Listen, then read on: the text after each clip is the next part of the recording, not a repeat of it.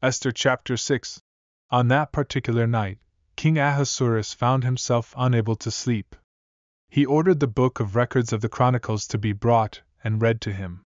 As the records were read, it was discovered that Mordecai had previously reported a plot by two of the king's chamberlains, Bigthana and Teresh, who had conspired to harm King Ahasuerus.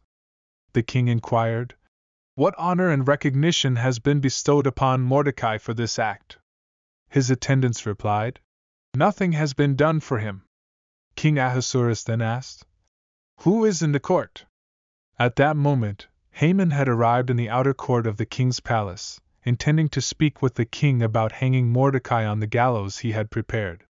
The king's servants informed him, "Haman is waiting in the court." The king instructed, "Let him come in." Haman entered, and the king inquired, "What should be done for the man whom the king desires to honor?" Haman, thinking the king meant to honor him, replied in his heart, "Whom would the king desire to honor more than me?" So Haman responded to the king, saying, "For the man whom the king desires to honor, let the royal clothing be brought, which the king wears, and the horse on which the king rides, along with the royal crown placed on his head. Let the clothing and the horse be handed over to one of the king's most noble princes.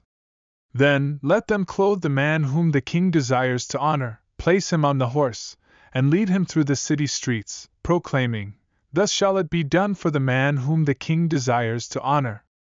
The king then instructed Haman, "Hurry, take the clothing and the horse as you have suggested, and do this for Mordecai the Jew, who sits at the king's gate.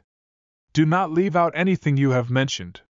Haman took the royal clothing and the horse, dressed Mordecai, and paraded him through the city streets on horseback, with an official proclamation declaring, "This is what is done for the man whom the king desires to honor."